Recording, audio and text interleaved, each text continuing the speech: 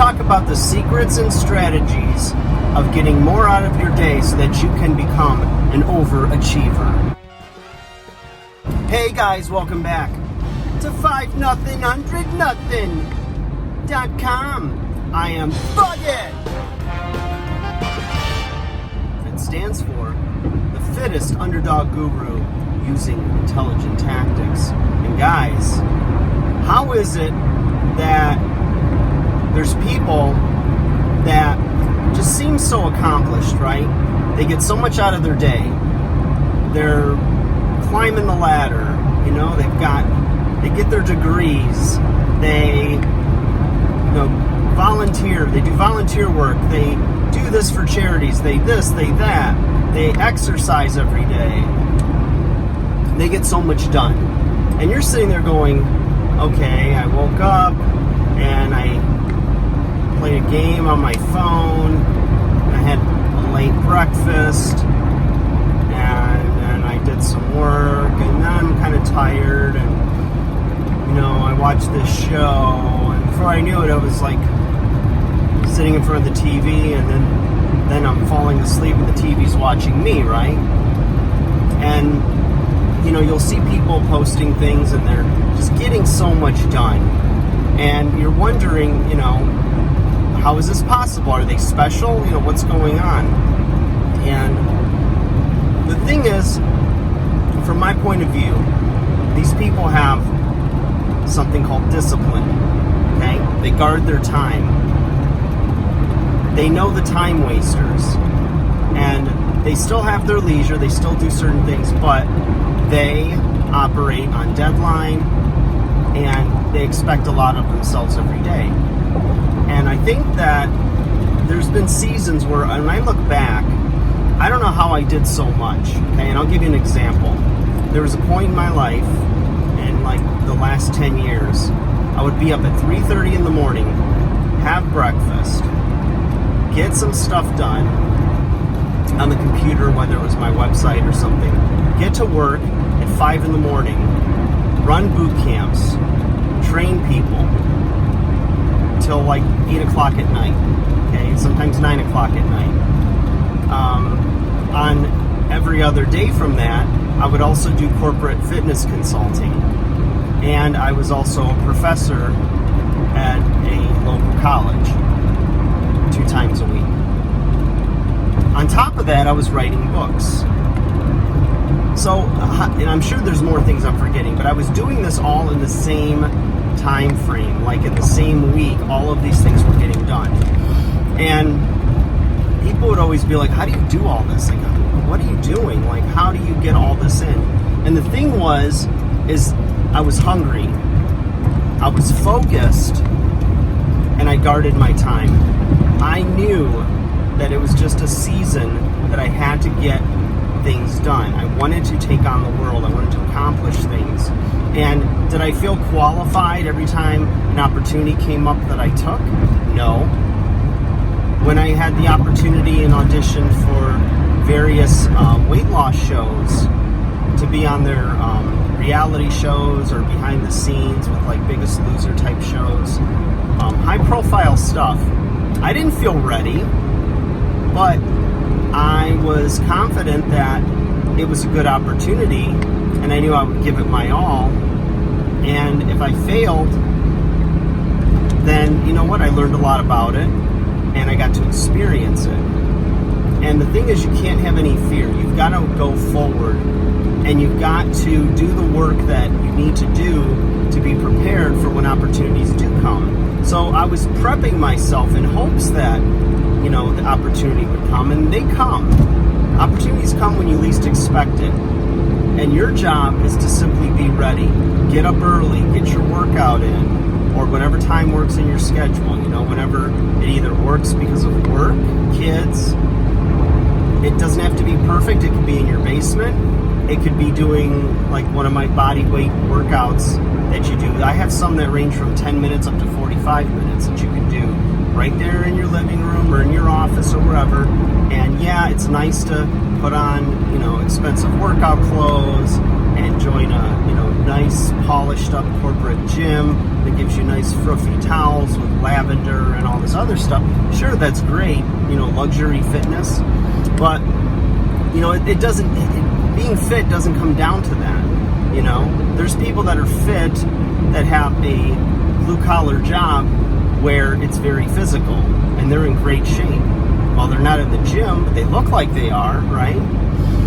So the thing is, there's a lot of ways to get things done. It just depends on what kind of priority you put on them, and breaking out of the cycle of feeling sluggish and non-motivated, non-energetic. A lot of it, you guys, has to do with your self-perception as well as your overall health. So if you don't feel good about yourself, then it's going to be really hard to put yourself out there, and you're not going to have the energy to accomplish more. So you need to, first and foremost, take care of that nutrition, drink more water, get rid of bad habits, even if it's like one habit a week. And in fact, I recommend it to my clients via John Berardi, Dr. John Berardi of Precision Nutrition, who I have a certification through. He's a behavioral change specialist and also a dietitian. And a lot of things he says makes a lot of sense when you talk about human behavior and change. If you try to change everything at once, a lot of times, unless you're an A-type personality, it's not going to change. There's a car that came out of nowhere as I was getting into it. I was switching lanes, and he had to have been going 100 miles an hour. Yikes. But, yeah, all is well, though. We're all safe here. You've got to do the little things that are going to now carry momentum and snowball effect to the big things.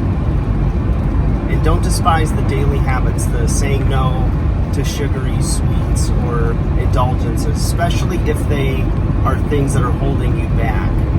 And you're looking at them, and you may have verbalized this, and you may be aware of it, but it also may be more subconscious. But if you're in pain in your life and you're not happy with where things are, then you look for those little vices, right? I mean, we think about, addictions, whether it's drugs, alcohol, pornography, and we go, we label those things, we judge them, we have them in a different level of sin or bad. But it can be sugar, it can be TV, it could be anything. Habits that are holding you back from where you want to go. And only you can decide what those are. You've got to look, at yourself, self-examine, so that you become aware, and then, they carry a certain level of importance to you. But at what risk? Life is short, and you want to leave a legacy. I know it sounds cheesy, but I think that there's a lot of people at the end of their life that aren't thinking, I wish I had played more video games, or I wish I had done this or that. Spending quality time with family and friends, finding out how they're doing. Looking overall, taking an inventory of your life. Is it, are you contributing? Are you making people happy? Are you happy with your work? It's never too late to reinvent yourself. Don't give up on your dreams, but take an honest look at yourself and look at what the cost of those dreams are.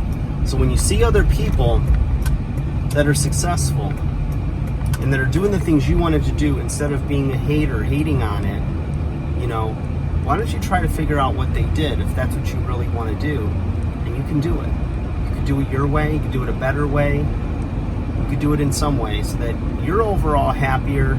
And when you're happier, when you're healthier, you're much more pleasant to be around, and like attracts like. So if you're having a positive vibe about you, it's going to be attractive to other people. People are going to want to be around you. They're going to want to see you succeed as well. Anyone I know who's been very successful, personally known them, not just what they put out in the public, but personally known them, they are the most giving people that you can ever meet. And the people that are struggling and have a lot of crutches and a lot of anger and resentment, they're the most like miserable, like they'll take all the wind out of your sails. So you have to be careful.